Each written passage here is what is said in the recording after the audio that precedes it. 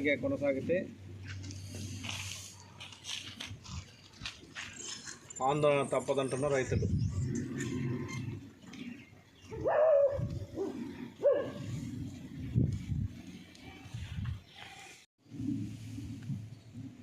వ్యవసాయ bore motor కాలిపోవడంతో నిరసన తెలుపుతున్న రైతులు. ఎన్ని రోజులు వేసుకుంటారు? ఇప్పుడు వాటికి 3 రోజులు 4 రోజులు పడుతుంది సార్. ఇప్పుడు ఎత్తింది ఉన్నాడు, దించేది వాళ్ళ మోటార్లు కట్టేది 2 దినాలు. నీ సమస్య ఏమి? ఎందుకు ఎత్తుడివి? వోల్టేజ్ ప్రాబ్లం అనేది కాలింది. ఇప్పుడు సంవత్సరం 2 ఏళ్ళ నుండి మాకు ఈ వోల్టేజ్ ప్రాబ్లంతోనే మోటార్లు పోతున్నాయి. సో వాళ్ళ సబ్స్టేషన్లు ఒప్పుకోవాలా. సిన్ఫోర్ము ఉంటారు కొన్నాళ్ళు కోటరపల్లి అంటూ ఉన్నారు. దీని నుంచి మాకు పాత లోడ్డు 3 పైసలు పోతున్నాయి, 2 పైసలకు వచ్చి మోటార్లు ఎగిరిపోతున్నాయి. ఎప్పుడు చూసినా లో వోల్టేజ్ మోటార్లు పోతా ఉండగానే ఆటోమేటిక్గా స్టార్టర్లు కాలిపోతున్నాయి. ఇట్లా ఇప్పుడు మీ ఊర్లో మీ ఒకటే కాదా 18 మోటార్ల వరకు కాలుతా ఉన్నాయి. కాలిడాయి. ఇప్పుడు ఈ పొద్దు నిన్న వరకు 18 మోటార్లు నిన్న మధ్యాహ్నం కరెంట్లో.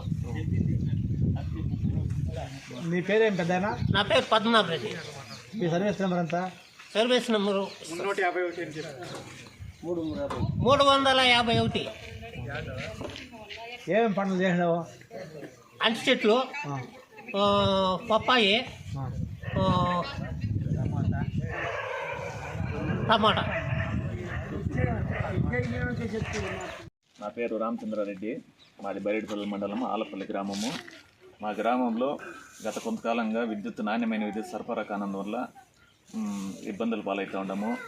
2-3 రోజులుగా దాదాపుగా 18 మోటార్లు మా ఊర్లో కాలిపోయినాయి. మెయిన్ ఆవులకి మేత లేకుండా పోతుంది. తాగేదానికి నీళ్లు కూడా లేకుండా అయిపోయినాయి 2 రోజుల నుండి. మా సమస్య అట్లా కనుక్కొని చూసి చెప్పాలని చెప్పేసి, మా సమస్య పరిష్కారం చూపించాలని చెప్పేసి విద్యుత్ శాఖని కోరుకుంటాను. ఎన్ని బోర్లు ఉన్నాయి? నాకు ఒక బోర్ ఉంది. సర్వీస్ నెంబర్ ఎంత మీకు?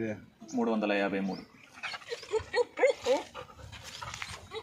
నమస్తే సార్, పత్రికా విలేకరులు నమస్తే. మాది బైరెడ్డిపల్లి మండలం ఆలపల్లి గ్రామానికి సంబంధించిన రైతులు మేము. మా ఊర్లో దాదాపు 100 మంది వరకు రైతులు ఉంటారు. సాధారణంగా ఈ గ్రామం అనేది వ్యవసాయ ఆధారిత గ్రామం.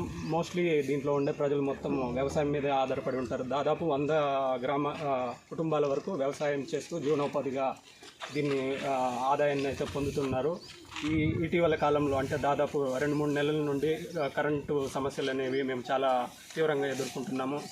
ముఖ్యంగా ఏమిటంటే వోల్టేజీలు తక్కువగా రావడం వల్ల, అదేవిధంగా కరెంటు 2 షిఫ్ట్లుగా ఇస్తున్నారు. ఆ షిఫ్ట్లుగా ఇచ్చే టైంలో ఏమవుతుందంటే చాలా సందర్భాల్లో వోల్టేజ్ అనేవి సమస్యలుగా ఉండటంలో మోటార్లు అనేవి కాలిపోవడం, ట్రాన్స్ఫార్మర్ అనేది కాలిపోవడం జరుగుతుంది. దీనివల్ల రైతులు అనేది ఆర్థికంగా చాలా ఇబ్బందులు అయితే ఎదుర్కొంటున్నారు. ఒకసారి ఒక ట్రాన్స్ఫార్మర్ కానీ మోటార్ కానీ కాలిపోతే దాదాపు 10 నుంచి 20 వేల రూపాయల మొత్తాన్ని అయితే వాటిని బాగు చేయడానికి అయితే యూజ్ చేస్తూ ఉన్నారు.